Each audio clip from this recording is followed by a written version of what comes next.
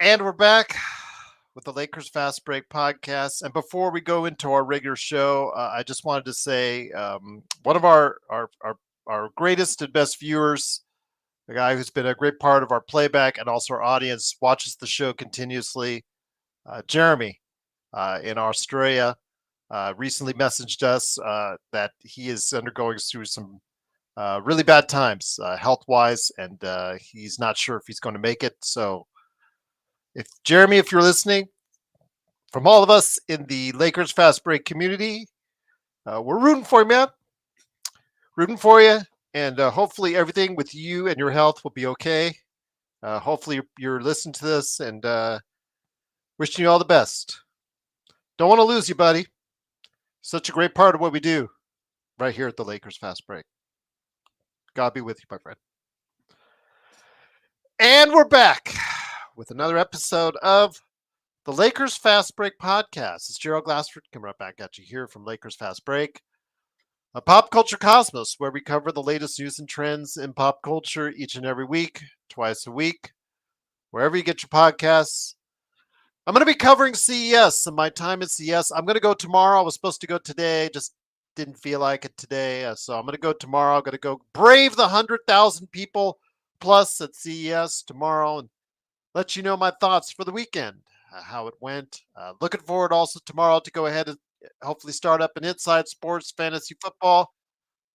Go ahead and join us there, Inside Sports Fantasy Football, indeed, wherever you get your podcasts. Hopefully we can get all together and start off some talk about the playoffs that are coming up soon. So go ahead and join us then, Inside Sports Fantasy Football. John Costa's here. John Costa is here. Clutch Talk and Lakers Corner. Wishing him all the best. Great part of what we do at playback.tv/Lakers Fast Break. Big shout out to him, Danny, Laker Nick, Mark, yep, who's coming on right now, Sean and Joe. Cannot thank you guys enough for suffering through a big fat turd on playback.tv/Lakers Fast Break, indeed. But wanted to go ahead and give it a shout out again. Please go ahead and subscribe and like to Clutch Talk and Lakers Corner. Also, as well, Joe's game. Joe Soro has a game called Corrupt, Coreupt. Get it now on Steam. Go ahead and support him on his own company if you're in the Southern California area. And speaking of Southern California, not only do you need to go to Simblades with the Y.com, but send a little prayer to Danny, who is also right now going through some turbulent times with the wildfires in his area in the Pacific Palisades. So, man, rough times for all of us here at the Lakers Fast Break, but we're with you. We're with you, both you, Danny, and you, Jeremy. Please, our thoughts are with you from all of us here at the Lakers Fast Break. But also as well, of course, Empire Jeff TV, of course, Lakers in 5, Daniel Barry Sports Highlights, yo, John McCallion channel. Of course, Alfred Espen, who was on the show yesterday. Go ahead and check out my conversation with him. Stone Hansen at report_court. The Legend 350, I'm going to try and get him on tomorrow if I can. If not, I'll get him on very soon. Also, as well, of course, don't forget to like and subscribe with us. We're at over 2,020 subscribers. As soon as we hit that 2,000 mark, boom, we're taking off. So that's because of you out there. Truly appreciate you joining us. It's funny, Joe, because you're coming on the air now. You logged me off. I started the post game late because he actually he logged me off. I'm like, where the hell am I? So I got back on there and everything's okay now. But man, go ahead and make sure you get Corrupt on Steam, Coreupt, and also as well Simblades with the Y.com as well. But the Lakers came into tonight. Tough loss to Houston, but you know what? We said that was the loss we're going to have in Texas.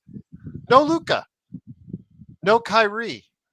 What could go wrong when they headed to Dallas tonight for a TNT primetime game? Even without Luka and Kyrie, they didn't need them because the Lakers, after taking a 6-point lead late in the second half, decided pretty much to call it a night. Their defensive perimeter pretty much called it a night the entire time as 3 after 3 kept falling for the Dallas Mavericks. In fact, they hit 18 and 47% shooting in all. Terrible defense tonight. Probably one of the worst defensive performances I've seen from the Lakers this season. Played with their food long enough, it got spoiled. And of course, like I said, they were up 6 points late in the first half. So, right, started with Klay Thompson hitting a couple threes, getting them on a run, and Dallas never looked back as they outscored the Lakers, 65-47 in the second half, and humiliated the Lakers on a game where, again, no Luka, no Kyrie, no excuses, as I said last night, and I'll say it again. Absolutely no excuses. If the Lakers lose, 118 to 97. And of course, right now that leaves the Lakers with a 20-16 record, I believe.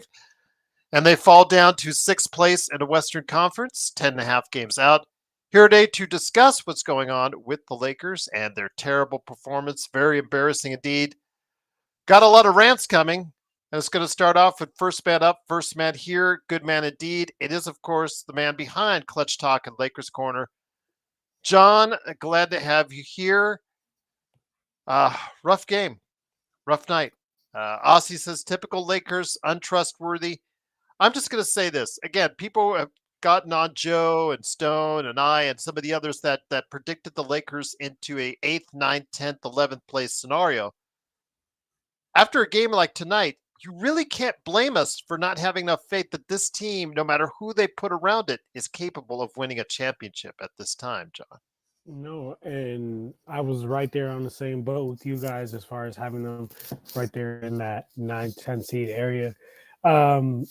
And tonight showed you exactly why. Tonight, the game in Detroit, I feel like the Lakers are really, really good at playing down to people's levels. It's like if a superstar is there and if all the players are there, they would play up to that level. But because the superstars weren't there, I feel like a lot of times they can just play down to their competition level, which is so annoying.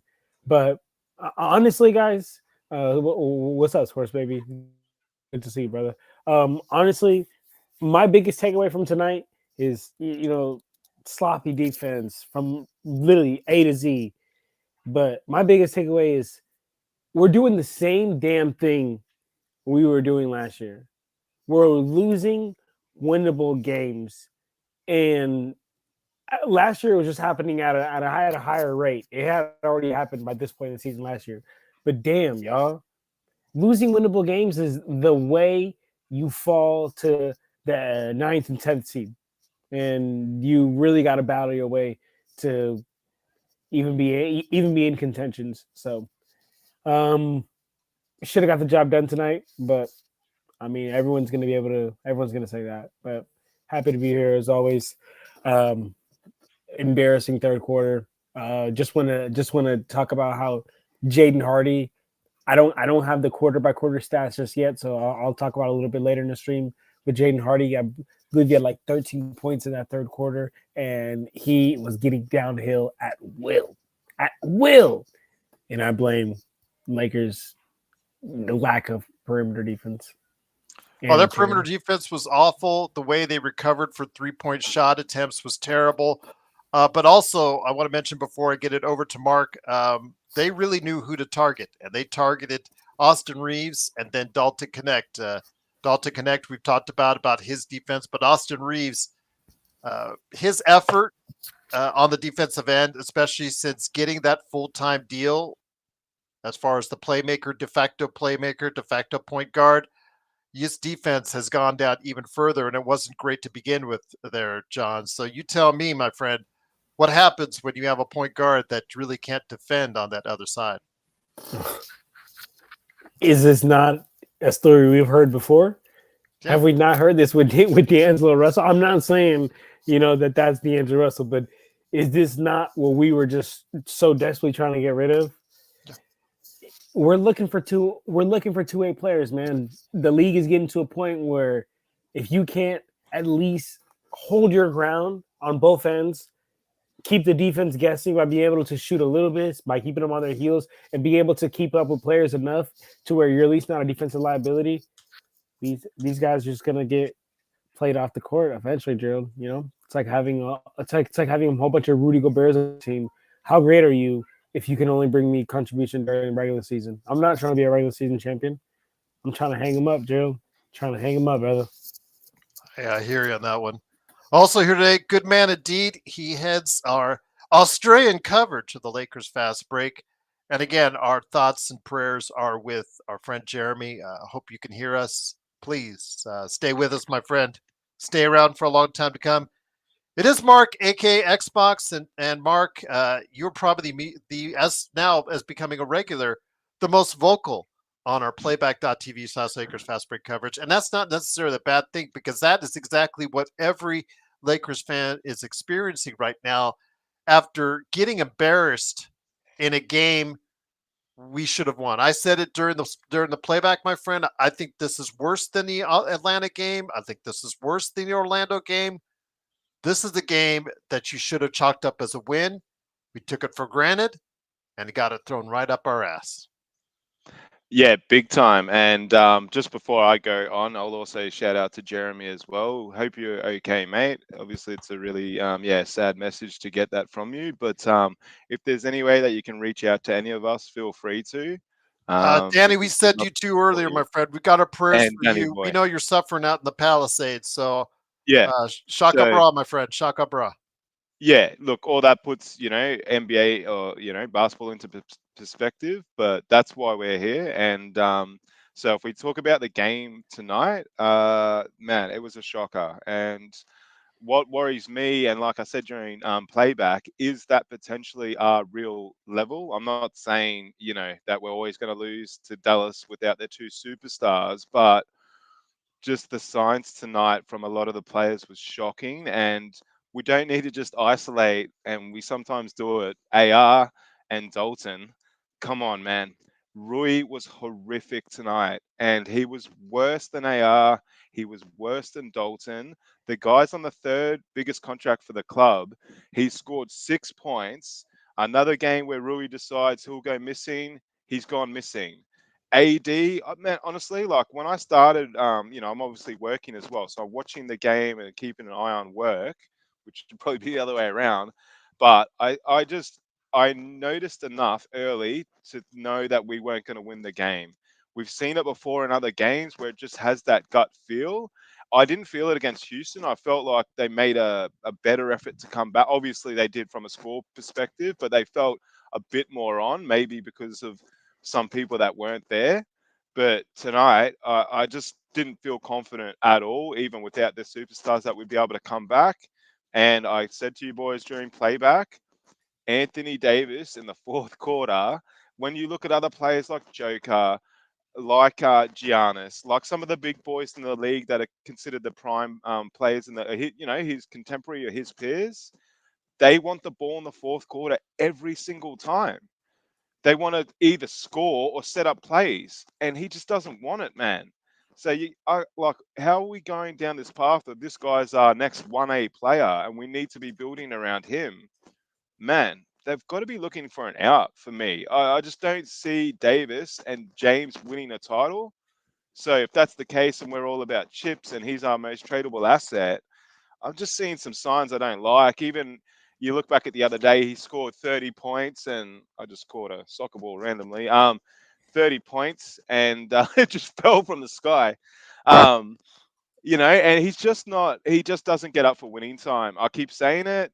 For me, he's got to be looked at being traded. But yeah, not just him as well. We can go on about everyone on the team, but bad signs from the team tonight. And AR was bad, but so was Rui, and just a shocking game, and probably shows where our level's really at. And unless we make more trades, we're not going to go far.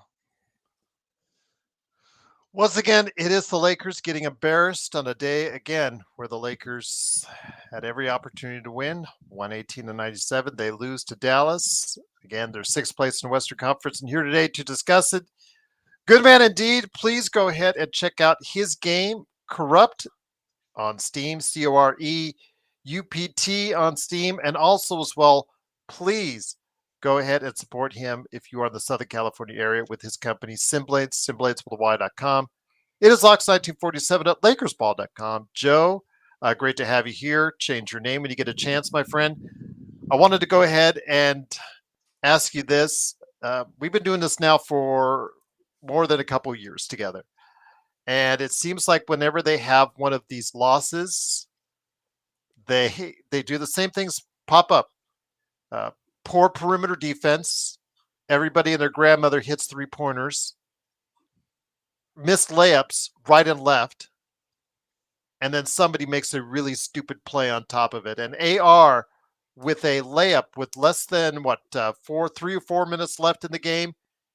He has an easy layup to the basket if he lays up his left hand. Decides instead to throw a behind the back pass to AD that's contested and of course stolen, which pretty much summarized the game in general. Just poor execution and poor basketball awareness the entire game by this team. Where did it all go wrong for the Lakers? Because it seemed like it went all wrong from the get-go on how they approached this game, Joe.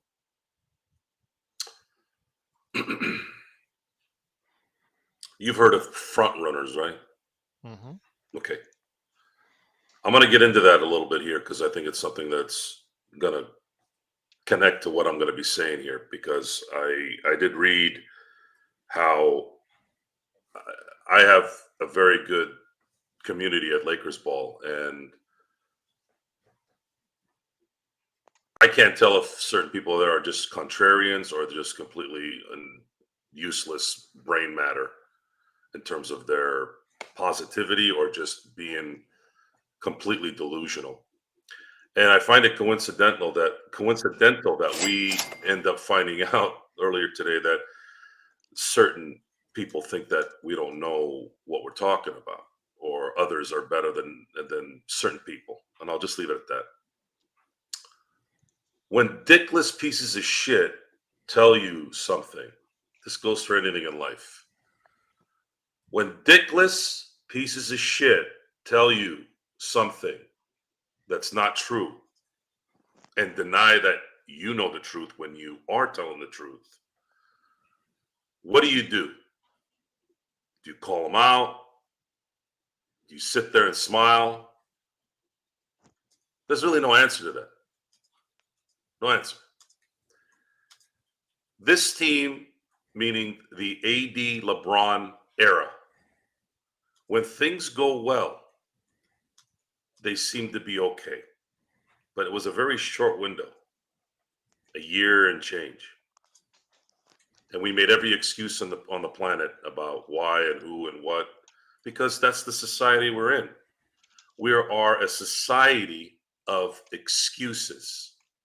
And if you get too harsh, too insensitive, however you interpret that, there's no insensitive on this side, but people interpret it that, right? That's their comprehension because their brains are mush.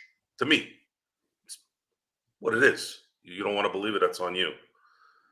When they're front running, they're great.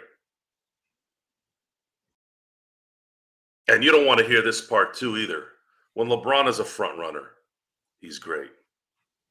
But who the hell do we talk about? Who do we respect? Who do we keep going back and talking about? And I don't like talking about the past. You can ask any of my friends and family. They talk about, oh, remember this, remember that, remember this. I'm like, yeah. Okay, yeah, okay, we did it. Why bring it up? Yeah, it was a nice memory. I don't like talking about the past. I like talking about the future. I like to use the past as knowledge and understanding on how to make now better. Now. I don't give a shit what happened before. But to explain what this team is, and we're trying to keep things from a sports to a sports thing. There's a lot of weird things going on right now. Jeremy's sick. I don't know what the hell's going on with him. You got fires all over LA because allegedly some fucking idiot homeless guy had a cigarette. He lit something. Like, the amount of just uselessness out there is in abundance. We like to come and watch sports. These guys are getting paid how much money? $60 million a year? So that we get on here to excuse them. They're paid $60 million and they have idiots like us coming on here and making excuses on why they're not playing better. Think about that for a second. 60 million, 50 million, 30 million. Oh, his leg hurts. Oh, his arm is the joints. Really? That's what we've come to. Why? Because we want to appease a certain idiocy that society has continued to put us in. This pussy ass, bitch ass. We got to stay positive and we got to be all like, yes, and let's do it. And, if we don't make it, we tried hard. Fuck you. How about that? How about that? Fuck you and your weak ass, stupid ass, second place, eighth place, ninth place fucking mentality. I've heard more stupid talk about making a Western Conference Finals the last few years than I have ever heard anything when it comes to the Lakers. Is that what you're proud of? We made it to the Western Conference Finals 2 years ago? That's the shit you're going to now? Eat shit. It's over. I don't care if the Lakers win the next 50 fucking games. If they don't win a championship, they're shit. And the shit was created by that idiot that sits up top, Jeannie Buss, and that moron that sits below her. And LeBron James and Anthony Davis certainly don't make things easier because they're not whooping any of these idiots' ass that's playing next to them either. Making behind-the-back passes when the fucking layup is right there. Who creates that aura? The same guy that shoots a three after he just made a debilitating turnover or doesn't run back when he gets a foul call that doesn't get called. Understand this, guys. There's a reason why this shit goes bad. All the stuff. I'm not trying to bring other things into this, but I have to compare it to something that everybody knows. All the bad shit that people do, all the weak shit that people do, there are consequences. You need to be disciplined. You need to be focused. You need to understand who's around you, what you do. Are you about winning? Are you about being it? If you're not, get the fuck out of the way then. Retire. Go away. Go to another team. I don't want to hear excuses anymore. I'm done. I am not giving excuses anymore to anyone who's making this kind of money, has all these advantages, and yet I'm sitting here. It just clicked tonight. You guys knew something was wrong tonight, right? I wasn't talking the whole night. Like, it clicked. Sometimes I thought you were sick. I thought you were under the weather. There isn't a goddamn flu or COVID or anything that can fuck me up. I don't give a fuck who it is. I don't care what it is. I don't get sick. I don't have time for that shit. The bottom line is sometimes shit hits, and I'm happy it hit tonight. I'm happy it hit because it makes me feel good that I get it. I get it on the same night that you had certain guys telling me I don't know shit or I don't do things better. Motherfucker, now you're seeing it. Okay? I know more about all this shit than any of you, 99% of you motherfuckers out there. 99% of you. And if you don't believe it, come on the show and I want you to prove it to me, if you know more. You got to come with the facts. You got to come with the info. You know what you saw today, guys? Every fucking thing we saw in the summer. Everything we said in the summer. Everything I said right after the second round pick we had at the draft. This is January 7th, 2025. That shit was back in what? April? May? June? What? I'm not going anywhere. I'm right here. Come tell me I don't know shit. Come tell me, oh, you're a LeBron hater. Come tell me, oh, your AD is this and that. You tell me. And I don't give a shit about 2016. I don't care about 2012. I don't care about 13. I don't give a fuck about 2020 right now. You want to come back with that shit? I was hearing a lot of that shit with Russell Westbrook. I think that's where the freaking anger really started to melt. Like, even these idiots who played in the NBA, fuckers who played in the NBA talking like idiots online. But no one can say anything, right? Because, hey, Joe, you don't know shit. You didn't play in the NBA. He did. I'm like, what difference does it make if this guy played in the NBA if he's saying stupid shit? Why do I care what Russell Westbrook did in 2017 when he derailed the Lakers for an entire season in 2022? What does that matter? Why do I have to play in the NBA to understand what that is? Right now, this is it. This is something you all have to understand, and we're going to go by each game from here on out. We're going to analyze it. We're going to support the wins, blah, blah, blah. But I want you all to know this. This shit team ain't going to win anything. Rob Pelinka needs to go. Genie needs to sell. LeBron needs to retire. It's time to move it out.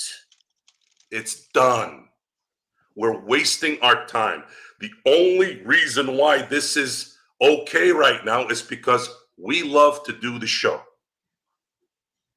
And I have had so much support from Gerald, Mark, John, Sean, our whole crew here, and then the amazing people that are on the show.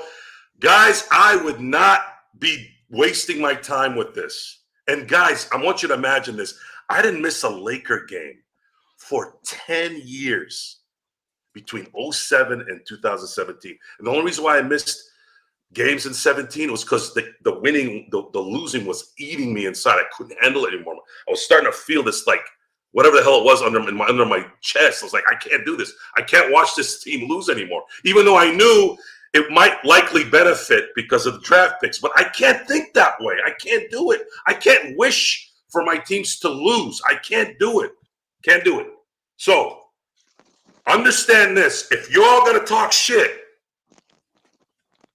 those who are talking shit, a few of you, I want you on this show, and I want you to tell me as much as you can to my face why we're wrong. Because if you get on here just to troll, we know the difference. If you're just sitting there going, LeBron sucks. Okay, nice. Thanks for coming out. But if you're going to come here with some bullshit, I want to talk to you. I want to talk to you right here. And I want you to tell me to my face, I am not an armchair quarterback. I'm not sitting on the fucking couch going, oh my God, I can't believe this, not understanding the consequences. You tell me this, and I'll end it at this so you can go with John.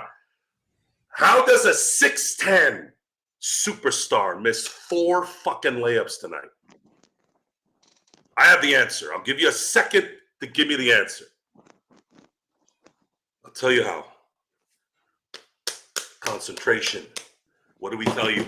Focus. What do we tell you? Focus. This team is not focused. They're not animals. They don't want to go get it. They don't want to go get it. They're not about that. They're satisfied. Everyone. Me? Hey, man, I'm sorry. God rest his soul, man. That was the guy. That was the guy, man. That was the guy. And the only other guy that I saw that was that because of his God-given extra gear was my. I'm sorry. Any of you motherfuckers come out here and you say LeBron this. There was no one that can fucking touch Michael Jordan and Kobe Bryant. I will fucking go to the grave and die with that. No one was like those guys. I can't speak for Bill Russell. I didn't see him play. I can't speak for Wilt when he played. I can't speak for any of those guys, but I saw the 2 greatest fucking basketball players that ever lived on this planet. Those motherfuckers are who I want.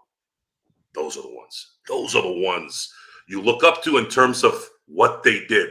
People, personal stuff, I don't get into that. I don't have posters of Jordan and Kobe. No, I'm talking about the play, the mentality, the execution. You don't win all the time in sports. You all know that.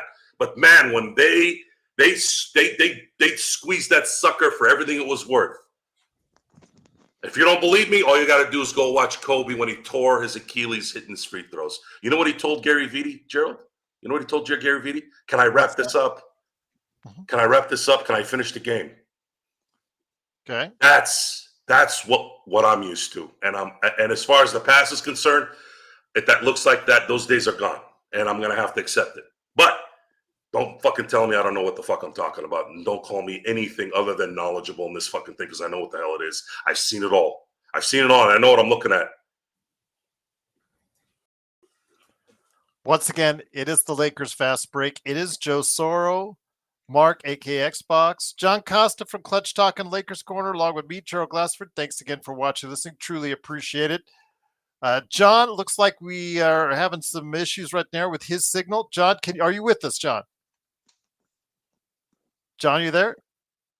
All right. Well, I think we lost. Okay, John, we got you. We're getting you back now, Can you John. hear me? Oh, Yes. my Wi-Fi is just terrible. Yeah, it's ping You can ponging, just my go. friend. You're good. All right. You're good. Just go ahead.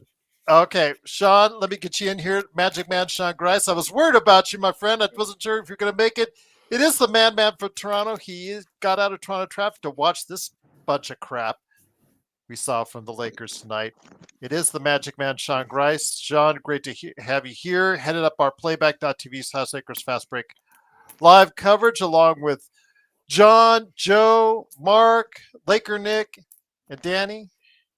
Henry. We watched this mess. It sucked. It absolutely did. Embarrassing, to say the least. I said last night to you when we did our show, this is a game. There's no excuses. Absolutely no excuses. Game. And I see people in the chat still trying to make excuses. Rodell, everyone, and I mean everyone, played a horrible game. Don't tell me Christie or DFS played good defense. You gave up 118 points, 47% on threes. You are not playing good defense from anyone. So don't tell us that. Don't make excuses. We're not making excuses for anyone on the team. LeBron, AD, Austin, Connect, DFS, Christie, Gabe Vincent, who gave us a donut, Jackson Hayes, who looked lost in, like he was lost in paradise. 1 point, 4 fouls, and 4 fouls in 4 minutes. This team was awful tonight. The whole team, every last player. So don't make excuses, Rodell. Don't, because it's not truly going to help anyone on that Lakers team, Sean. No. I have my piece. That was my rant for tonight. No. What a dreck of a shit show of a box full of crap that was. Well, to start with, let's just look at the basics. We talked about it, Gerald.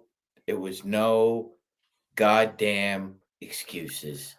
Your opponent's best defensive player is Daniel Gafford, and he's got a bum ankle. And their best offensive players are PJ Washington and Quentin Grimes. And you lost by 21 to this group? For shame. I did something I normally don't do, Gerald. I drank Jack Daniels straight for about a minute and a half after that. You did that for me. No. You like Mark. I'm sure you're familiar with how upset I could get, and Gerald is too. We've talked about some conflict resolution skills about this crap, and he said, "Well, one of them's drinking, and tonight was a good option because that was a bunch of that was the worst game I've seen the Lakers play in about a year and a half.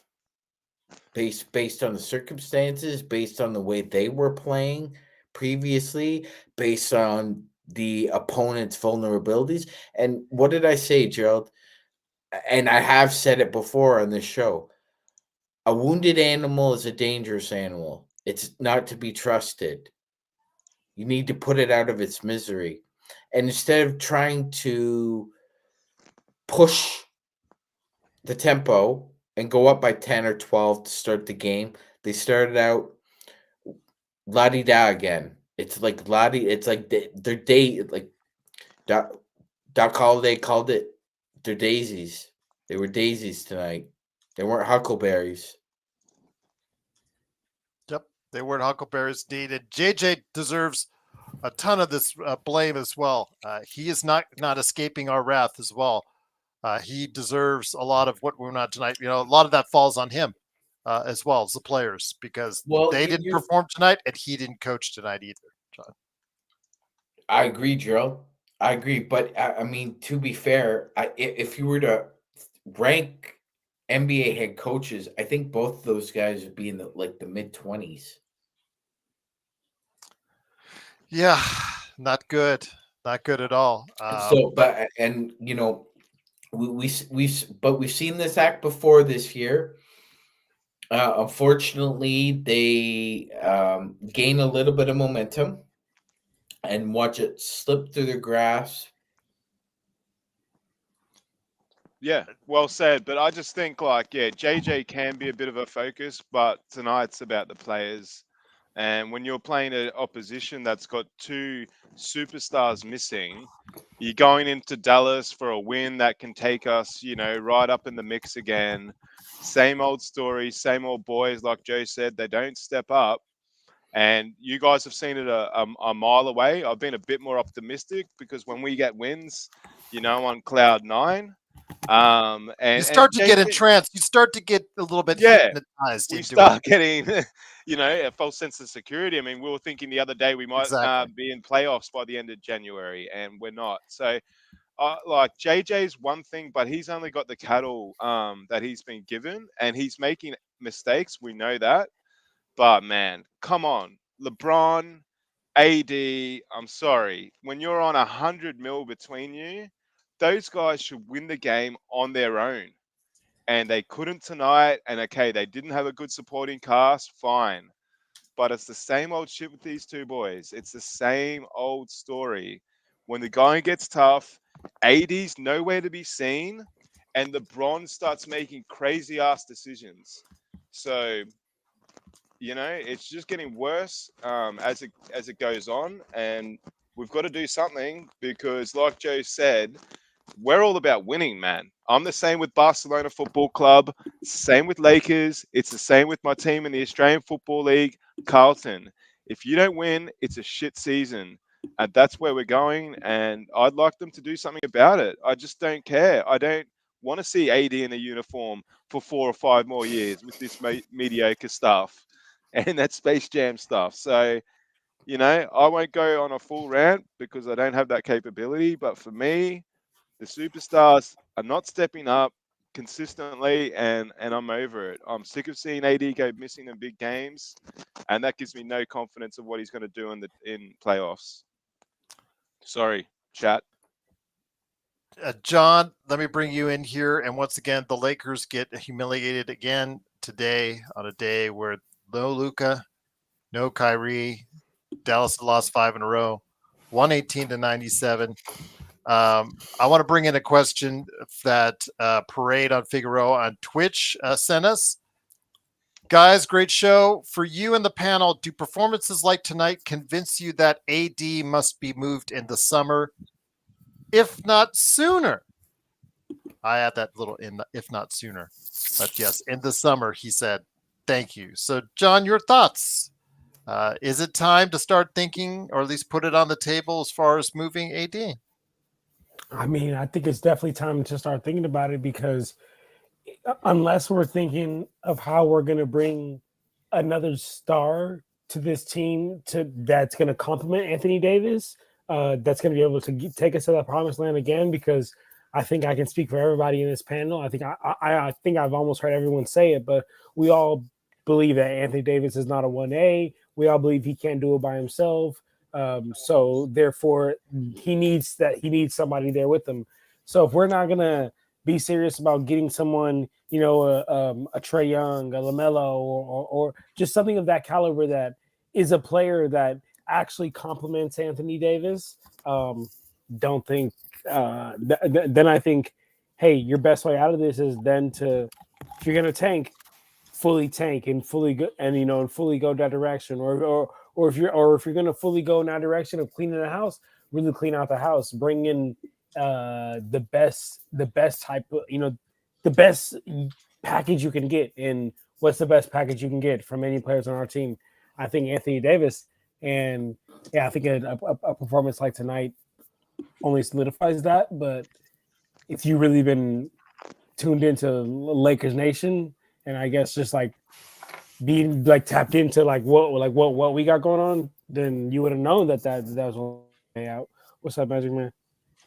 Yeah, I got a question for the panel, for the chat too. Ask yourself this question.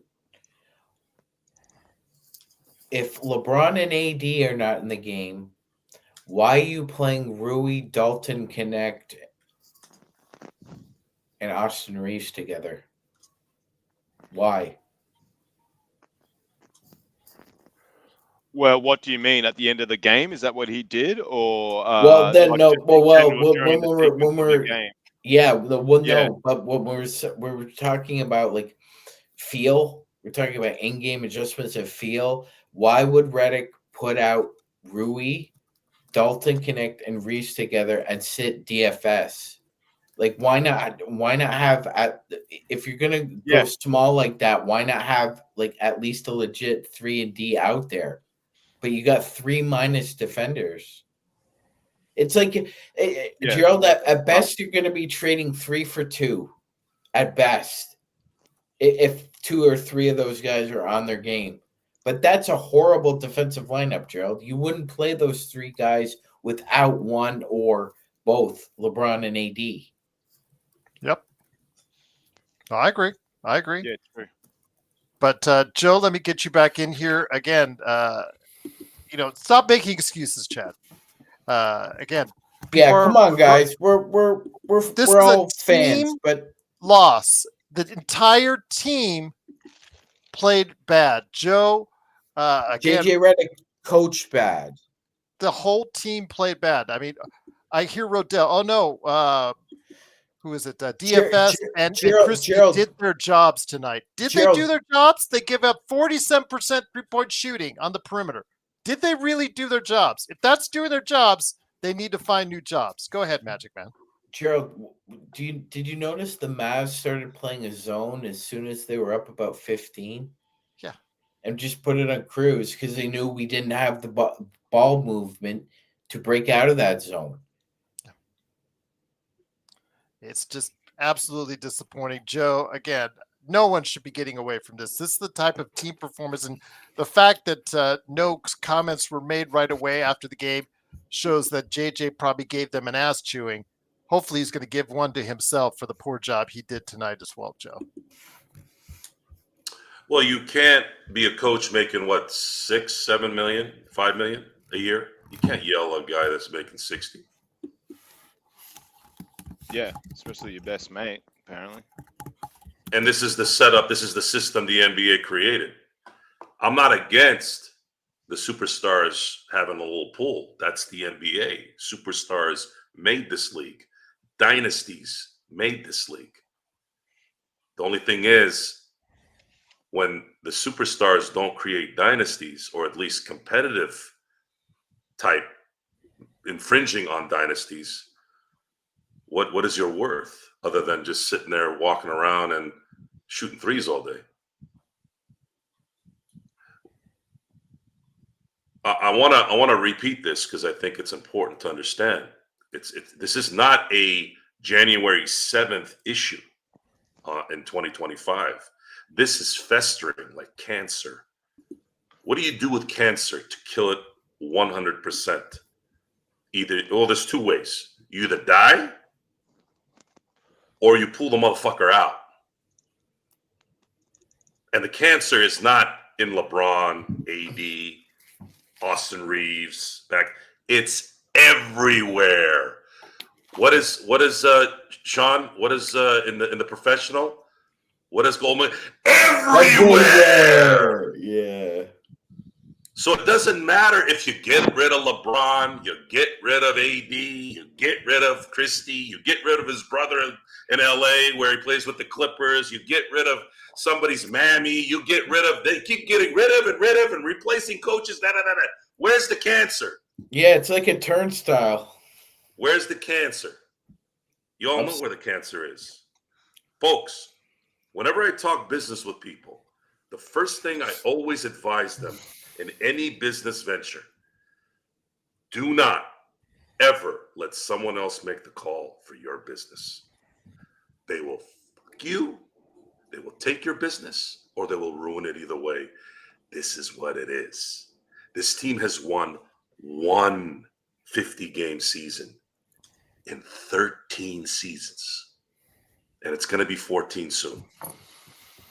This is not a January 7th, 2025. Maybe we've just finally reached the top. Instead of the big money pile in The Dark Knight that the Joker slid down, for those of you who watched the movie, ours is a giant pile of fucking shit. That's what it is as a Laker fandom.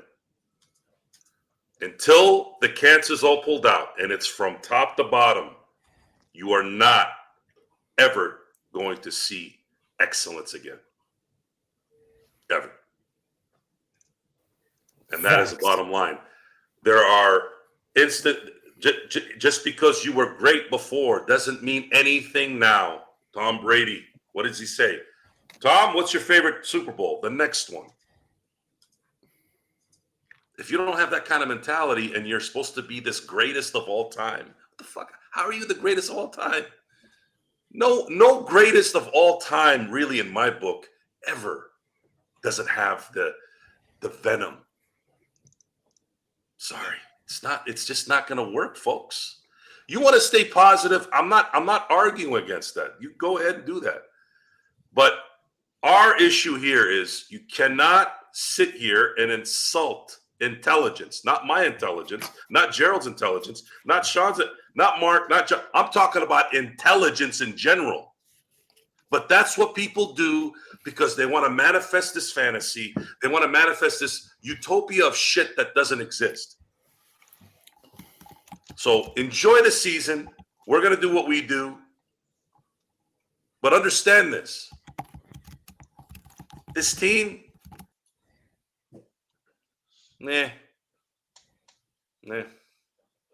weak. These guys weren't playing basketball, they'd be working at freaking Home Depot, man. And that's an insult to Home Depot to a certain extent. But then if you ever go to a Home Depot, I've never seen employees run away.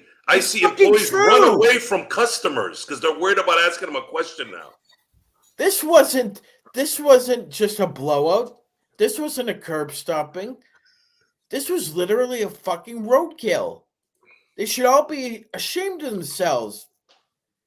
Yeah. No one on the bench screaming at these guys, going, "What the f- are you doing?" Nothing. Everybody just casually sitting down, thinking about what they're probably going to do tonight, what skank they're going to bang, whatever it is that they do. That's what these guys do.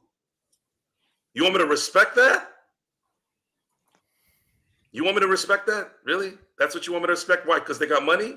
Because they're famous? Fuck them. I don't give a fuck how much money they have, how famous they are. I'm a Laker fan. You're getting paid because I watch to play and give a shit when you're playing. And if you ain't going to give a shit, then I'm going to tell you I don't give a shit. And how you take it from there is on you. Now, it's a rigged system at this point. It doesn't matter. The TV contracts, all this stuff is done. So now it's on us. It's our fault that this is happening, by the way. I think that's what's pissing me off. It's our fault. We are enabling these guys. I want you all to understand that. We are enabling it because if 80%... Ultimately, Joe, we need to blame Joy Taylor. If 80% of the Laker fandom stopped watching the Lakers, that's when the shift would happen, would like really mess up. We're talking about they go to the arena and like, wait a minute. Why are there only, what is this, the Miami Marlins game? Like they don't know, they wouldn't know what to do.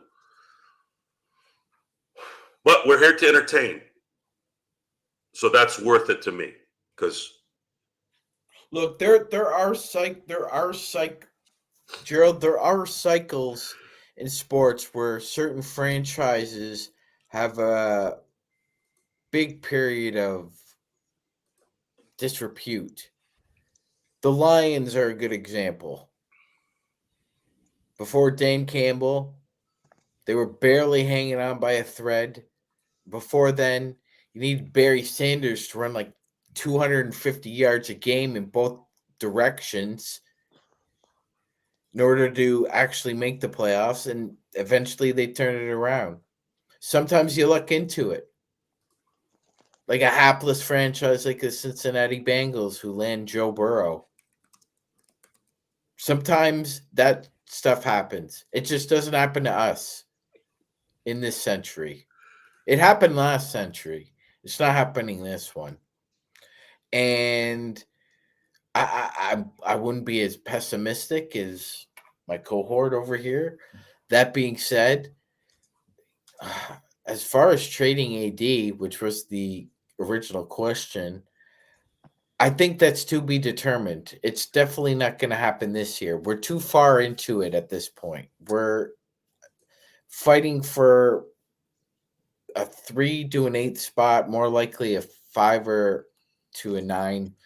And the big issue is whether or not they want to, like Joe was saying, like, do you want to just keep floating without a paddle in this shit you call mediocrity? Because you never get out of it. Once you're in it, you never get out of it as a franchise. Ask the Pittsburgh Pirates. Ask the Cincinnati Reds. Ask the Colorado Rockies. Ask. Go ahead, Joe. The excuses on those teams. The funny thing about that, all these guys have billionaire owners. All of them. So the Dodgers, they're spending money. The Yankees are spending money. It's unfair. You motherfuckers are all billionaires. You can spend the same money. That's my point right there, Sean. We downgrade wanting to win and dominate and eat hearts. This is the result. No one wants those guys. No one wants winners. They resent it. Every time you look on a social media, let's say someone like I don't know who's famous right now. That's really famous, like Ariana Grande. Let's use her as an example because of the whole Wicked thing. Okay, the poor kid is she's just walking in somewhere, and you should hear and read the stuff, and that tells you who people are. What did she say something? She's walking into a building, and all you see is 90% of it is, oh my God, and she's this. Bitch, you don't even know who this lady is. No. That's you. That's you saying that to yourself, making it public because you're so jealous and so upset that you're a fucking loser and you don't have that mentality to fucking win and eat people alive in competition and all that. That's the stuff. And then, of course, as soon as you go off the end, you start bringing politics into it. It's a never-ending saga. The only thing is, though, is you will run into some people that have the energy. You want to play that game? Come play. I'll tell you who you are. And unfortunately, folks, most of the people I've had discussions like that about, it's a rude awakening, man. It's a rude awakening. I've told you guys.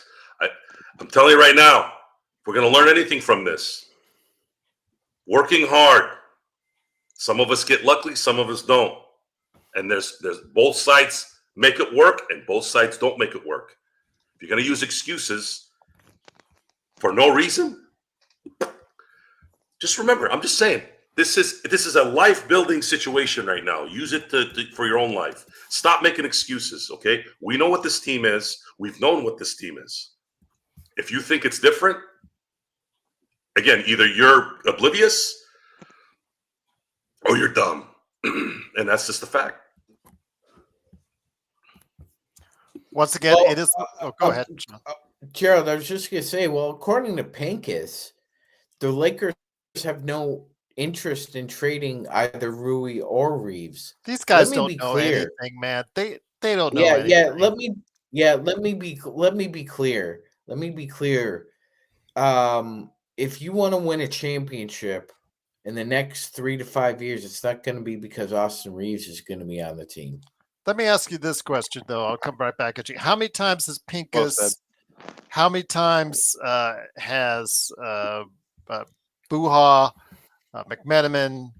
How many times these guys, when they start saying about how the Lakers approach things, or not going to do this, and then right after the Lakers do something, like Buha was saying, oh, the Lakers weren't going to make. So I'm paraphrasing here, but it sounded like Buha was intimating that unless it was up for a big target, the Lakers were probably not going to make a trade right away. And soon thereafter, the Lakers made a trade. From what many people were saying, I guess, according to the feedback that he got, because he had to go on Twitter and counteract that and go up, because people were taking the words out of his mouth and whatnot. So again, these guys, they think they have a beat, and then all of a sudden they're proven wrong on a grander scale. I just, for me, it goes out in one ear, out the other, like LeBron Wire. LeBron Wire has a new rumor every day. Some of our channels that we compete against, they have a new rumor every single day. How many are actually true? Gerald, you go to Facebook. Well, hold on, let me finish. You go to Facebook and you see all these people. There are sites. There are I'm gonna say foreign sites that go ahead into all the Lakers groups on Facebook, and they post these erroneous signings and trades every single day. Nobody outside of what's going on in El Segundo has a beat of what's going on, other than the people at the UCLA Health Center in El Segundo. And right now, what they're doing is not good enough, because you see efforts like tonight are indicative of the fact that there's a lot more work left to do. And this team is probably not going to be up for it as far as getting to where you and I want them to be. Go ahead, Sean. Just going to say, Gerald, I mean, if this game isn't any better example of why DFS needs to start and Rui needs to be coming off the bench, I don't know what is. He provided strong minutes off the bench. He scored significantly more than Rui did tonight, Gerald. He still gave up his share of points. I think he sure did, but I think he should be starting over Rui. Oh yeah, that was the devil. That's something we've been talking about for days now, with Rui's inconsistency and his streakiness, which is the player he has been all along. Rui will go on a hot streak and make everybody chant Rui, and then all of a sudden he'll go on these streaks where he can't even hit layups, and then there we go. He is the player who he is, and defensively, it's just never been pretty. Once AD goes off the floor, their answers for a backup five has been absolutely abysmal. Jackson Hayes has been terrible since he came back from injury, and when they try to go small with a DFS at center, when they go with a LeBron at center, DFS at center, Rui at center, it's been absolutely a cluster of just epic proportions. So they just have no answer. And it is a trap. It is a trap, as you got Jamie Sweet, a.k.a. Admiral Akbar, up there. But, at this point, there's a lot more work to be done. The Lakers are who they are. They're in that mix between second and 12th. And if they go on a hot streak again, absolutely, they're going to be right in the mix. That's just going to get you guys up and going and in our faces again, saying, look at the Lakers, look at the Lakers. And they're going to go ahead and pull another one of these where they go ahead and pull up a crap game like this. And it's just going to prove our point that this team is no better as a team than really what they are. 6th, 7th, 8th, 9th, 10th. They're in that mix. They're just an above 500 team that's going to make the play-in, maybe make 4th seed at the best, going to be out by round 1, and then we're going to be all crying all through the summer again, like we always have been for the past few seasons since 2020, Magic Man. Yep. That's the way things are looking. Yep. And you guys are and Jamie Sweet's in the chat. Great to have you here, my friend. He has been a big vocal supporter that Vando is somehow going to magically change this around. The report on him is that he worked out 5-on-5 yesterday with the coaches, Joe. Would Vando have changed any of this mess today for the Lakers, Joe? Because I don't have that confidence that Vando is that dynamic of an individual to go ahead and help the Lakers so substantially that it's going to change their fortunes. No. But okay, I'll argue with that one on with Jamie all the time, and we'll still continue to do so. got nothing but love for you, Jamie, and truly appreciate you and the Lakerholics on the weekend. But yeah, if he comes back, that's another good body. Hopefully, can help play a little bit better. I'll take. I'd rather take Lando than Vando right now. Well, there you go. He shouldn't be called Vando. Okay. He should be called Vanderbilt, just like their football team. The Commodores. The Commodores, yeah. indeed. Yeah. I don't. Do you want to call him Commodore? The Vandalorian. How many Mandalorians or Vandalorians are missing in action for 2 years?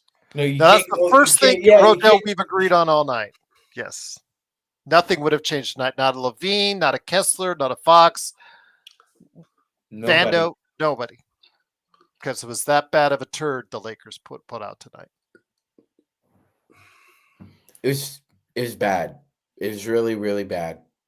A urine-soaked hellhole of a watch.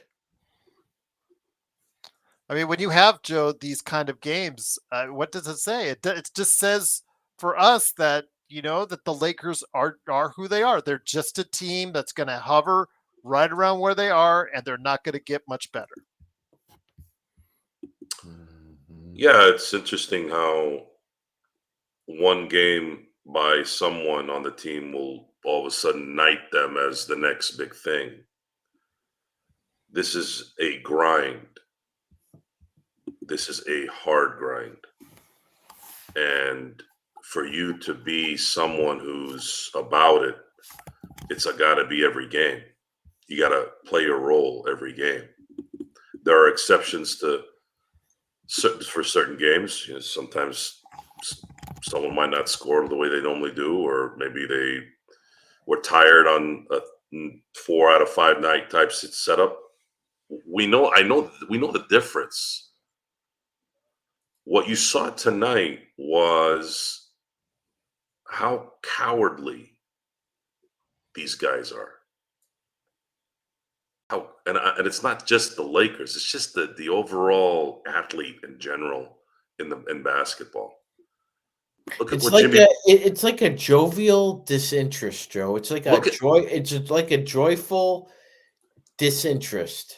Look at James Harden. Look what that piece of shit did for how long. And he always got his way. That guy got his ass, his balls, his back, his face wiped for a decade by that team. And what was the thanks? Trade me to Brooklyn. He goes to Brooklyn, fucks it up over there. Gets traded to Philly, fucks it up over there. Gets traded to the Clippers. It's already fucked up over there, so he didn't have anything to fuck up. So it's like you're surprised that all this is going on. You have the owner of the team putting her head on her player's chest at a game, and you want me to have respect for that? What is this? Preschool? These are grown-ass adults. These are the powers of industry. Oh, he's a billionaire. He's the greatest of all time. She's a career woman. She's a businesswoman. Oh, really? That's what you guys do now? You play patty cake in public?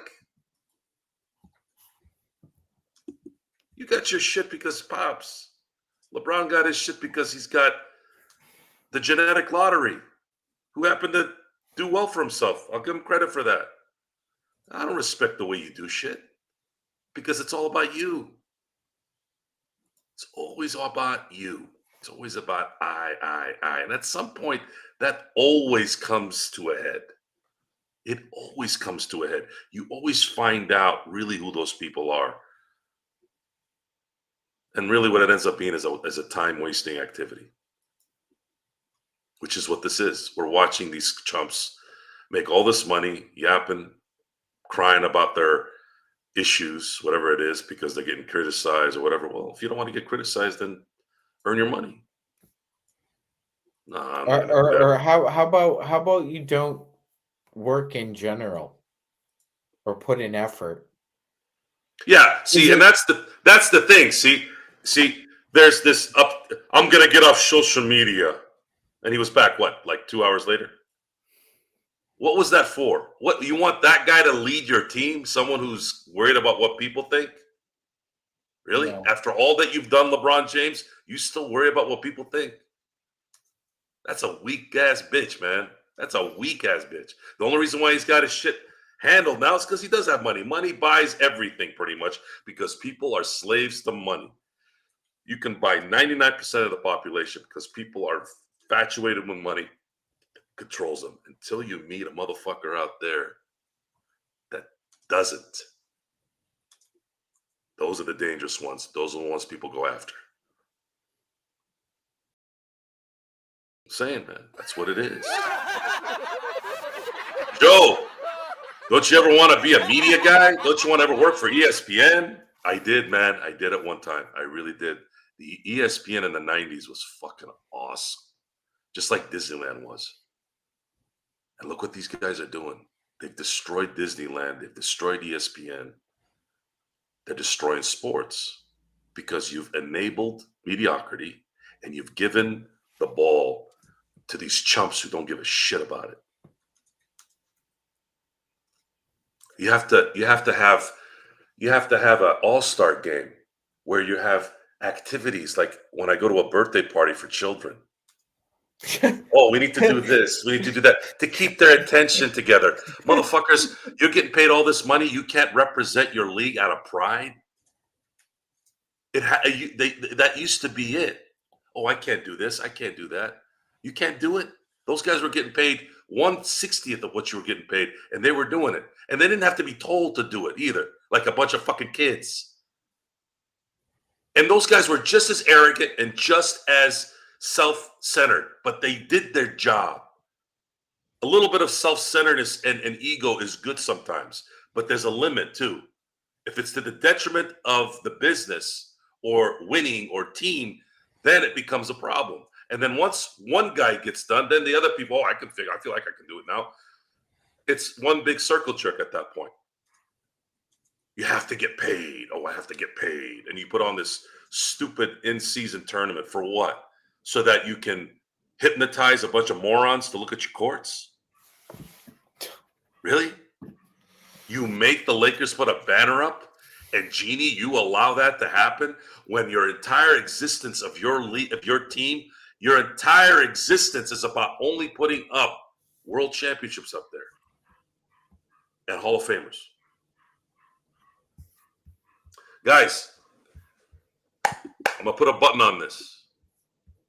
If you're a fake, I'm going to call you out. I don't give a fuck if you're the president, if you're owner of the Lakers, or if you're my next door neighbor. And people don't like to be told the truth. Oh my God, you should see some of the people I've talked to in my life when I tell them who they are. Oh my God, it's like they're looking at the devil. But that's what they are. Just saying. PPP loan lady owns the most popular basketball franchise on earth. And this bitch had to take a fucking PPP loan out. That tells you a lot about who that bitch is. Think about those things, guys, when you think about why anger comes. Because those are the people taking advantage of you. It's not the poor guy mowing the lawn. It's not that lady over there that's by herself needing to get some help for groceries. It's people like her. And then they'll come back at you and start being all defensive and projecting this and that. Oh my God, I'm going to go play with my dog so I can feel better about myself. Nope. They ain't going to trick me there, baby. Then you're going to hear it. You're going to hear it. You're going to hear it until you're gone, till you go. Because the cancer needs to go, folks. Lakers have a malignant cancer all on its team. And until that whole thing is out, this is the future. If you don't believe me, the Dallas Cowboys. The Cowboys will tell you a little bit about what's in store here for the next 30 years, if this keeps up. An insecure asshat who shit on his boy so they can get more credit. And how many NFC Championship appearances have they had since 1996, Sean? 0. About as many as we do. Imagine that. The richest team on the planet. All the money in the world. All the fame. And your little dinkus can't even compete enough to get to a conference final or conference championship in football. So you tell me, folks, you tell me what that means. What? Money? Money, money. He can buy anything he wants. At some point, money loses its value when he can buy everything. Now what? What are you here for? Are you here to set an example? Are you here to be a good person for your family, your friends, the community? Or are you just all about, I need to get my credit? Well, there you go. That was for Kurt right there. I know he wanted to see if we had an air horn button, but we do. Sean, before I bring it back to you, my friend, and once again, the Lakers do lose. They get humiliated tonight, falling to 20-16 on the season, sixth place, tied with the Clippers in the Western Conference, 118-97. I want to go ahead and answer a couple questions on the Super Chat. Truly appreciate you sending the Super Chat. To Juan, I know he said, do we take phone calls like Dan, the Lakers fan? I'd have to see if we could set for ourselves up for that, but you're always welcome to come on, even if you're not on camera. Just come on, LakersFastBreak@yahoo.com. You could drop it live with us, and then just come right off if you want to do that. But just hit me up, LakersFastBreak@yahoo.com, if you want to come on the air, say what you want to say, and then head on out. It's all you, or stay on with us. You're more than welcome to do that as well. And then Nick T, he also sent us a super chat. Truly appreciate that as well. LA has too many cast-offs from another teams playing key roles for the Lakers, i.e. Rui, Gabe, Cam Reddish, even though Cam Reddish was actually out for the game, did not play due to injury tonight.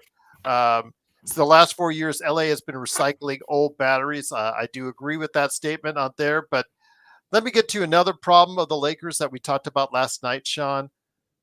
They did score above 20 points off the bench, partly due to Dalton Connect having like a 3 or 4 minute window in that fourth quarter where he started to heat up, and of course he wasn't left in the game. So as soon as he missed a shot, that was all she wrote, and he's right to the bench.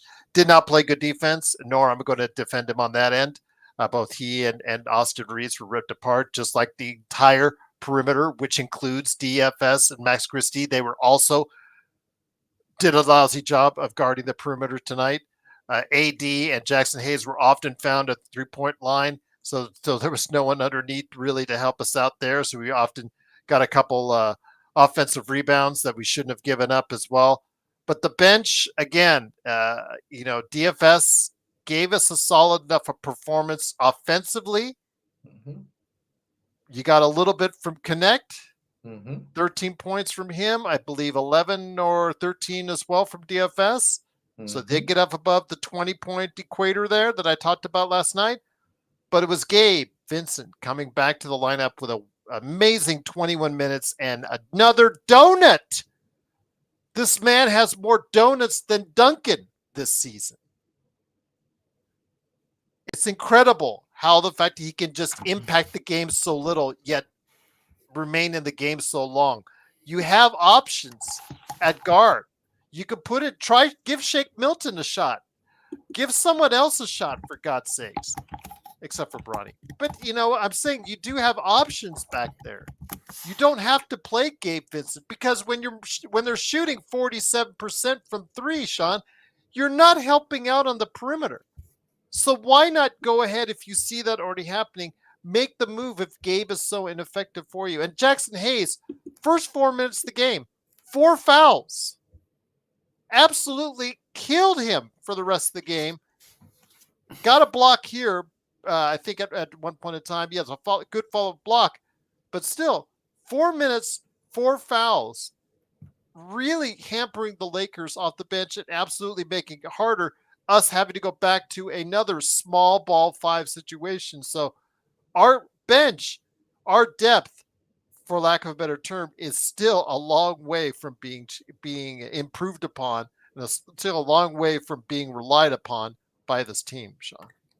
Gerald, we have a lot to go to procure the kind of talent we need to win a championship. That's 100% right. Yeah. It's going to take a while. And I can't believe this, but Gerald's going to make me harken back to Sam Mitchell. whose famous rant from the Raptors was, I'm looking at the stat sheet here. I'm seeing one guy with 25 minutes, one guy with 28 minutes, one guy with 17 minutes, 0, 0, 0, 0, 0. I need more than 0. Or you could stay on the bench.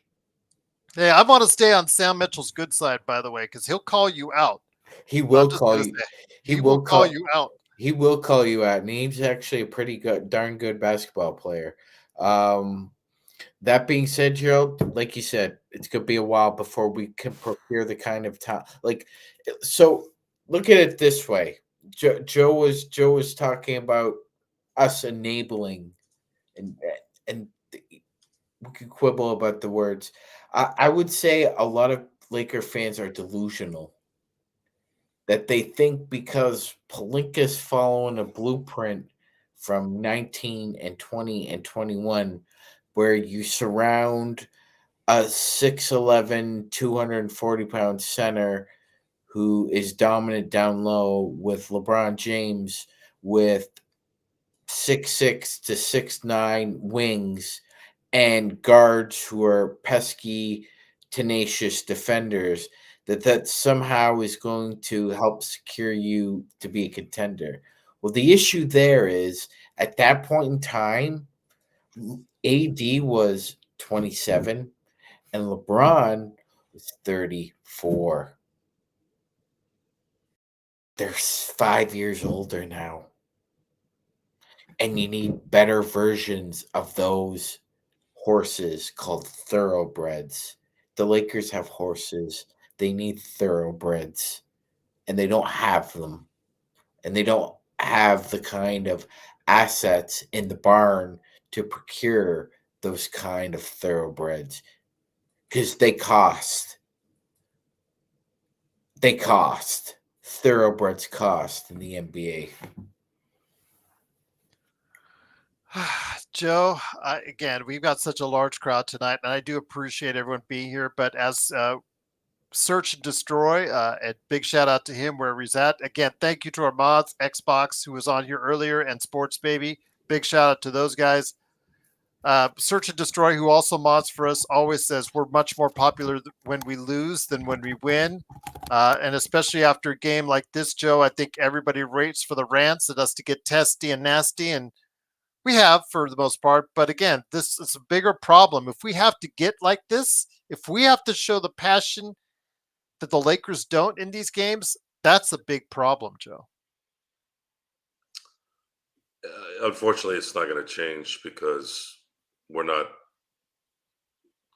The more we talk about it, the more it's to their advantage.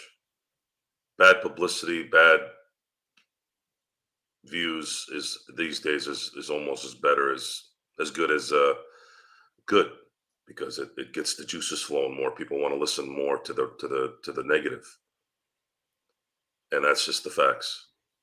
The only thing that's different here is the way it's being delivered. The criticism is coming from somewhere that's legitimate. It's not just my feelings and how angry I am at the Lakers losing. If the Lakers stunk, didn't have the talent, didn't yap about how they're doing certain things when I'm looking and they're not, I probably wouldn't be as upset.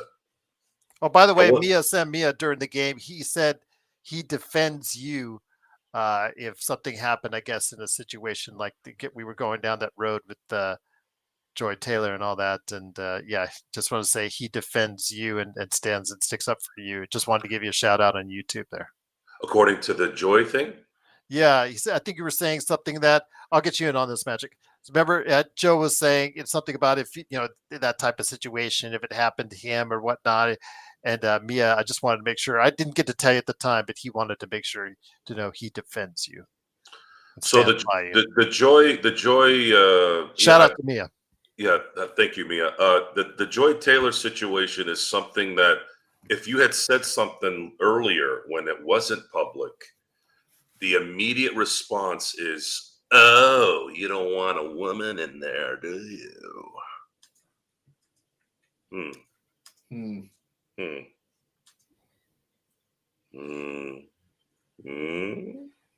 Shake Folks, down, folks, you're not gonna shake down. the ones who are secure with who we are.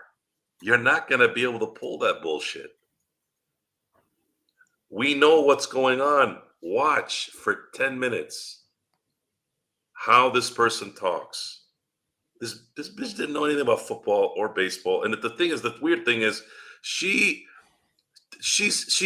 Jason Taylor's sister, right? Like, you think maybe something would have rubbed off, some kind of knowledge. Not really, maybe. I mean, my sister doesn't really know the stuff I do either, but you're in the sports world. You're doing that for a living. How about some relevant information instead of your feelings? And then this idiot had a show recently where she was talking about arguing about that too. On top of it, man, does she looks. Guys, folks, if you're gonna listen to me about anything, please listen to me here. It'll help you in your life. Your instincts are a very good indicator of what things are. Not 100, nothing's 100%. But my God, these people get their jobs and they don't have talent. You could see it. You could see it. It's right there. Now, if you want to look at something and not really pay attention to what they're saying, all right, I get it. I get it. Joy's a very attractive woman. I get it. Where do you think she got her first big job, Joe? I don't know. Take a guess. You're pretty good at that. Give you a hint. Give you a hint. It's on the coast. Which coast? All right.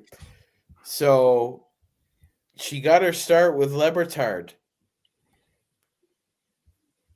$7.90 the ticket, Miami. Okay, that makes sense because her brother played in Miami. He's a god in Miami. I get it.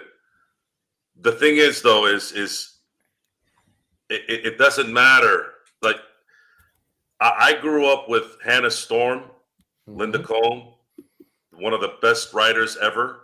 Hannah was one of the smartest people I watched who could dissect basketball. Gerald, didn't she play for Notre Dame? Look, guys, I want to. Anyway, yeah. Look, I know a little bit about this. I went to school for it for a very short amount of time. My mentor is a fantastic human being on this planet, John Chalesnik, worked for ESPN, helps kids all across the country get sportscasting jobs. I know a little bit about that world, not to the degree of the ESPN, but sort of do. I mean, I've been around certain guys that have been in that world. They tell us what's going on a little bit. I grew up knowing what true talent was. Again, if you're going to bring the woman thing in, guys, Linda Cohn, Hannah Storm, Jackie McMullen is one of the greatest writers of sports I've ever seen. Absolutely out of this world. Celtics or otherwise, yeah. Yeah, it doesn't matter. She is her stuff on Larry Bird, the stuff that was going on with Larry Bird is priceless. Makes you want to love Larry Bird even more. He was a massive dick, by the way. But he wasn't like a disrespectful one, but he was a beast. He was mean. Kobe was like that too. So, anyways, you can't pull that card with me. Can't. I've already seen greatness from a lot of all the areas. So if you're going to come here and tell me Joy Taylor knows what she's talking about, you're a moron. She never knew what she was talking about. She was a freaking idiot. She had no idea about the material. She is a box score talent. That's what she was, and y'all just found out why. And it's not just the girls. It's not just the women, guys. Half these guys are chumps too. Great. I mean, that guy is. I don't even know what to call that guy because everything I think of is not enough. That guy is freaking used shit. Used shit, not just shit. Used shit. Recycled shit. recycled all the things, and I would love to go toe to toe with that fucking guy. That's the guy I want to talk to. That's the guy I'd love to talk to. Sorrow, They're not going to Tango, put me on right? TV to do that. They're not going to put me on TV to do that. Sorrow. They would never versus put me on right. TV to do that. That would have to be on a podcast or something like this, and it would have to be in the same room, because if I'm far away, they could just cut you off. Then I'm wasting my time. Yeah. So with that, again, the Lakers come up short in a game that should have been theirs.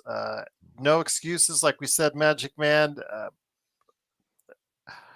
I don't know. They're going to have to win against Boston. For me to take the bad taste out of my mouth, for me, maybe the sweep in against San Antonio, but probably the Boston game. If they win against Boston and the Clippers coming up, they win those two games, I think I can make up for the fact, because I don't expect them to win those games.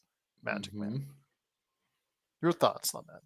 No, Gerald, when you say bad taste in your mouth, it feels more like a 12-inch kielbasa down the throat, especially after a poor. Okay, I'll just protecting my throat here.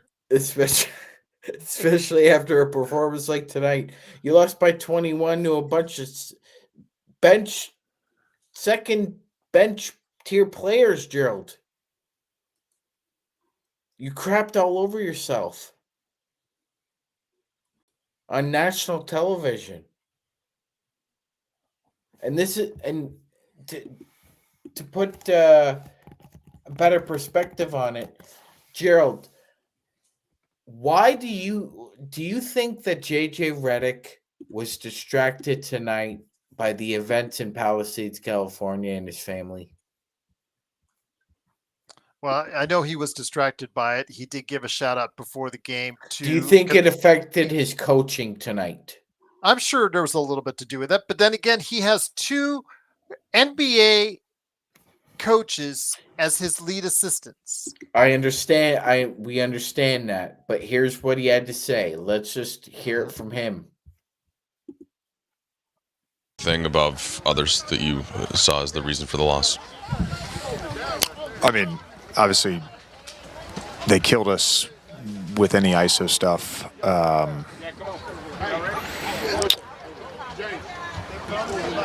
We talked this morning just about not giving up ISO threes. We gave 2 up in the first quarter and then tried to press up a little bit. And sometimes we did a decent job of containing the basketball, and they made some tough 2s. And there was a bunch of times we didn't contain the basketball well, and our, basic shell day one, just wasn't good. I can't leave it on for too much longer. Well, I'm hoping I don't get copyright strike on that. Yeah, so. Hopefully not. But I mean, regardless, that's a lot of that is drivel. Gustavo, I know them all too well. This is a game that they had to get, and they didn't get it done. And I know them better than virtually everyone here. I've covered them every single day for years on this channel. So, Gustavo, this is the team exactly how we had predicted them at the beginning of the season. And unfortunately, there was some hope that this team has given a lot of people. And if they really wanted to be who they were, what they thought most of you guys thought they would be, or thought they were, they would have won this game without Luka and Kyrie tonight, and they didn't get it done. So they are like the team that Magic Man, Joe, myself, Jamie, Stone, John, all predicted where they would be at 8th, 9th, 10th, 11th team, which is pretty much what you look like when you lose games like this, Gustavo. So I think I pretty much hit it right on the nose. Okay, Gustavo, you're no worries, Gustavo. Sarcasm doesn't always translate through the chat, so I'm like, it's sometimes hard to parlay on that. So no worries, all good, my friend. But go ahead, Magic Man, finish up what you're saying, my friend. So, Gerald, we're looking at the Lakers schedule here. How do you see the next 5 games going? Oh, well, they have to win 4 or 5 at the start. That's I'm done. I'm done doing that. I'm Okay, retired. Joe's done doing that, but I'm done. I still gotta do it because I put it in the description. And they got to take both games against San Antonio. They have to take Charlotte's game, and they have to win next 5 to even get people start thinking again. But then the problem is, do they have another lapse when they play? What's upcoming for the Lakers schedule? Like Charlotte. Are they going to pull up another turd there? You got Charlotte twice over the next 10 games. Okay, and you also have the 2 games against San Antonio. That's correct. Yeah, at home on both of those games. I know that might be tough, but I think that at this point, you gave up the game that you should have won. So there's no excuses for you at this point. You have to start winning games you're not supposed to win. And even if most people think that the Lakers will split against San Antonio, the Lakers have need to win both those games. In order to kind of undo some of the damage, you have to sweep one of the Celtics or the Knicks, and you have to win the rest of the games you play against Memphis or Oklahoma City. They've got 5. The 5 of next games are at home. Their next 5 games are at home, Magic Man. They should Charlotte go 4-1 minimum. Yeah, 4-1 minimum. Charlotte, 2 San Antonio games, Miami, and the D-Lo reunion tour in Brooklyn against Brooklyn. So you have to win 4 of those 5 games. Absolutely no excuses there. Go on the road to the Intuit Center and beat them at the Clippers, and then finish off against Washington. I might start thinking back as far as this team might have a chance to compete somewhere a little bit higher. But then again, are you going to get blown out by Boston on the 23rd? That'll put us right back to where we started.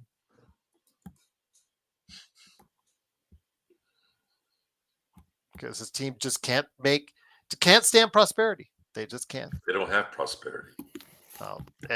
Whatever they had, Joe, they lost it tonight. They maybe when they were up 3-0 at the start of the season, but Mirage. You should call the Lakers the Los Angeles Mirages.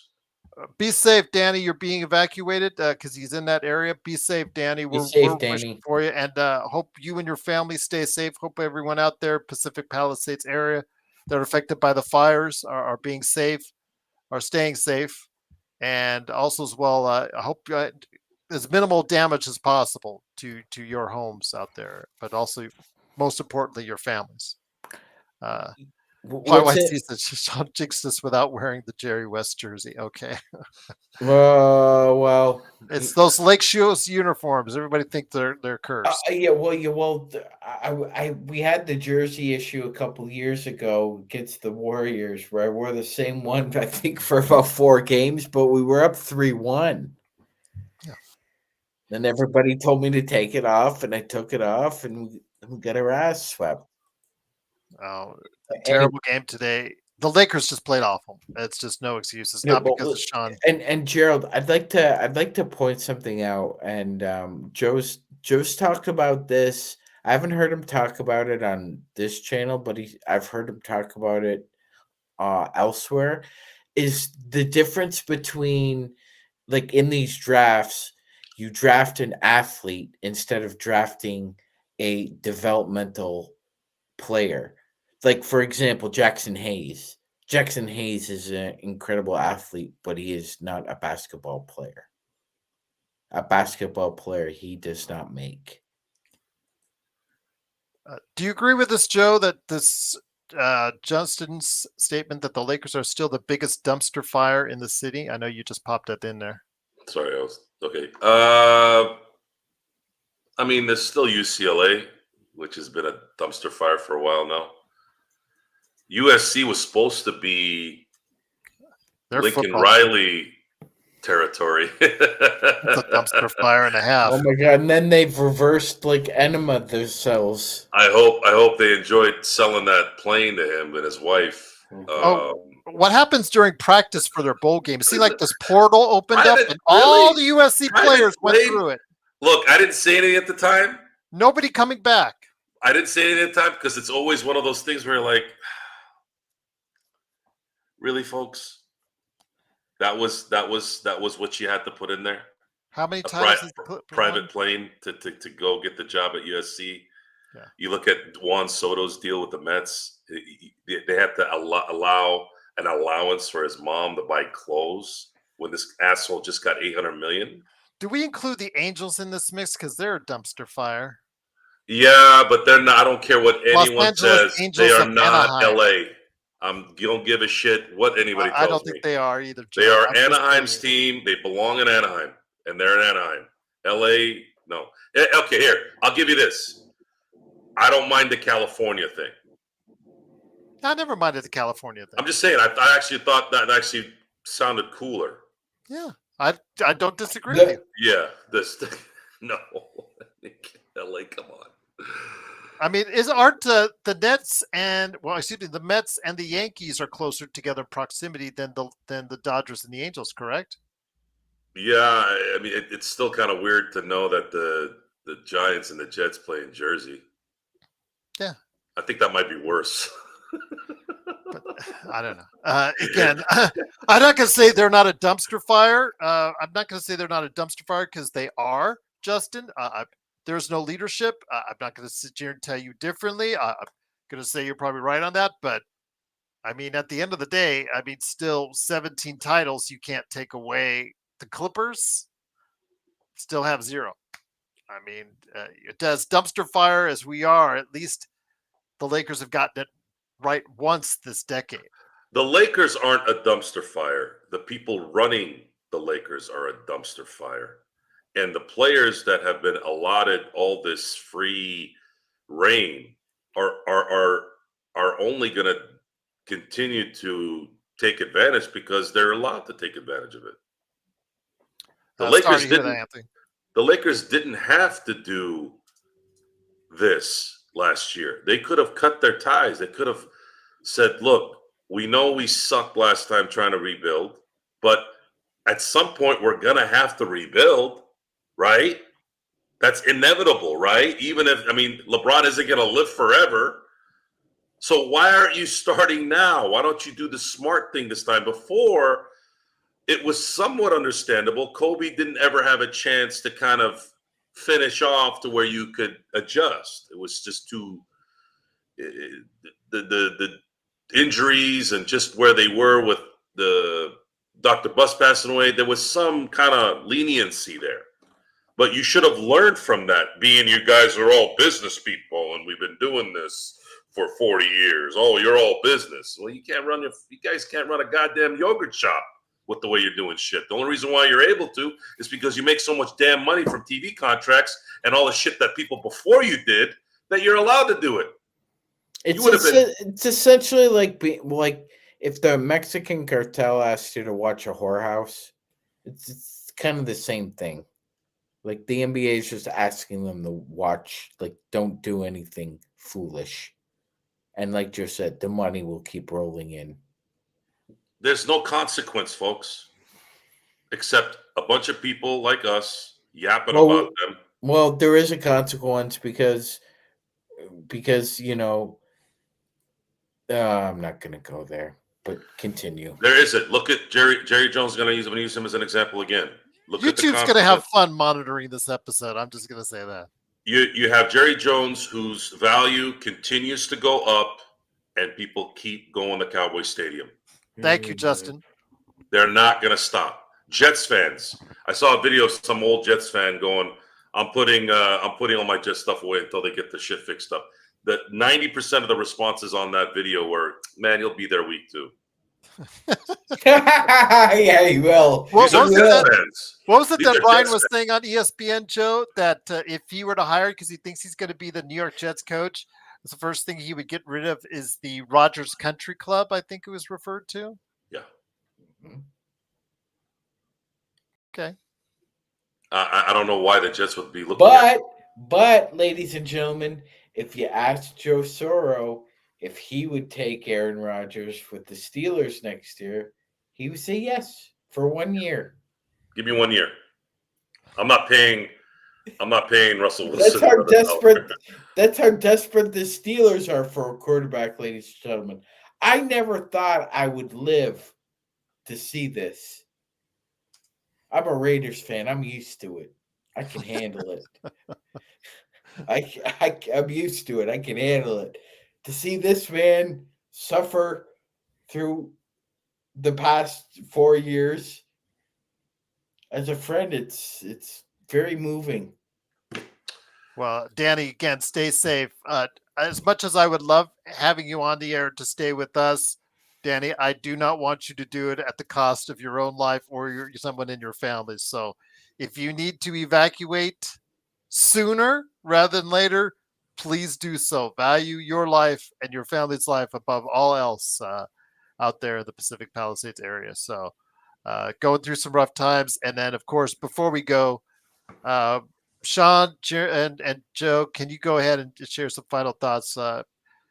Jeremy, I hope you're watching and you're listening because, man, we truly love you, my friend, and hoping that you're still with us on this earth to go ahead and watch what we do. Yeah, I don't know what the hell is going on.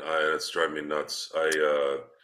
Try not to think about it, Joe, but yeah, it's that one really was sad. not good. I didn't. Yeah, I don't know what to do. I'm not there. That's tough. It's Yeah. really tough. Yeah, we got That's that word tonight, and Joe let me know about it, and I saw it in the comments. And Jeremy's, one of our loyal listeners, one of our loyal viewers, said health wise is going through a rough time. He's not sure he's going to make it. So we're wishing for you. Prayers for our friend in Australia. Go ahead, Magic Man. Yeah, Jeremy, just keep fighting. Just keep fighting. That's all you can do right now. So just keep fighting the good fight. All right, we're behind you. I know. Don't overthink what's happening right now, my friend. Just He's mentioned he's been in the hospital quite 2 or 3 times in conversations in the past couple of weeks. Sports Baby also as well talking about, I think, an infection, possibly emergency surgery. But today, or actually, he left a comment on yesterday's video with us, Magic Man. I think yes.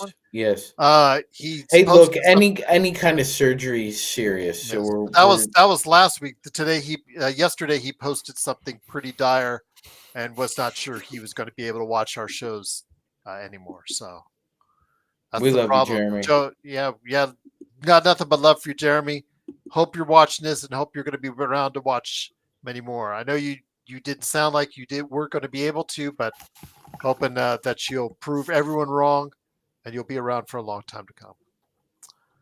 All right. On that note, it is, of course, the Lakers Fast Break. Truly appreciate you joining us. Hopefully, we've been some type of therapy for you, like we've been for Jeremy and for Danny, going through some rough times. Definitely looking forward to hopefully saying more. I'm hoping to get Legend on here soon to talk some NBA observations. I know there's a big matchup tomorrow between OKC and Cleveland. I do want to go ahead and hear his thoughts on that. I know we'll be back hopefully tomorrow as well with hopefully Sean and Joe talking Lakers, but also the NFL playoffs. I'm going to go ahead and bring on Chris Lardieri on the 9 p.m. hour to go ahead and talk about the NFL playoffs. So hopefully Sean and Joe can share thoughts on that as well.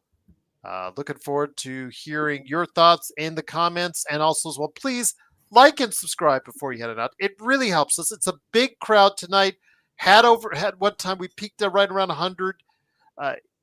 If you can, it does help out the channel. We had Justin that subscribed today. We're over 2,000 subscribers.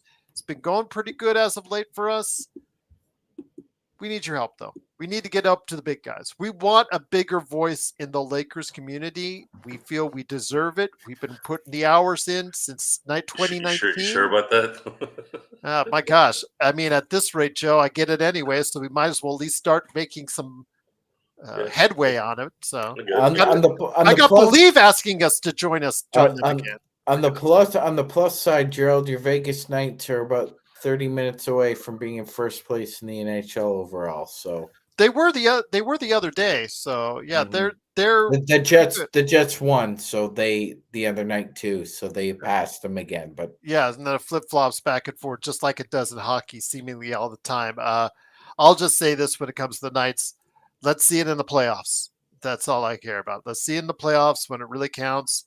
Let's see if they get that back there again. Go Knights, go! But it is, of course, sports baby. Tremendous job. I truly appreciate and value you. Also from Australia, way down under, modding tonight. Did a great job indeed. Please, it does help us out by liking and subscribing. But Joe and Magic Man, again, tomorrow, playoff coverage. And then also Lakers talk as well. Definitely not finished bashing them. But any last thoughts, guys, before we head on out? call that a knife? This is a knife. And Croc died not too long ago too. So He did. Yeah. the crocodile, yes. Yeah, the not crocodile. Hogan, not Paul Hogan. Not Paul Hogan, the crocodile. The crocodile. Joe. The He was crocodile 90. Joe. Yeah, he's 90 Yes. years old. Yes. Xbox, John Costa, truly appreciate it. Go ahead and make sure you like and subscribe. John Costa's Clutch Talk and Lakers Corners YouTube channels. Xbox, you're the man, my friend. Like his Facebook page. Also, as well, go ahead and make sure you like his YouTube page because he thinks everybody has just forgotten about it, even himself. We remember, my friend. We remember. So I've also hopefully got something special on the way for members from Xbox, hopefully on the way as well. So definitely looking forward to seeing what we could do for you. And again, Jeremy and Danny, our prayers are with you. And good thoughts on a bad loss, hopefully for coming on the way for you, from all of us right here. Again, Jeremy, strength, love, peace, and safety for you and Danny right here for the Lakers Fast Break Podcast.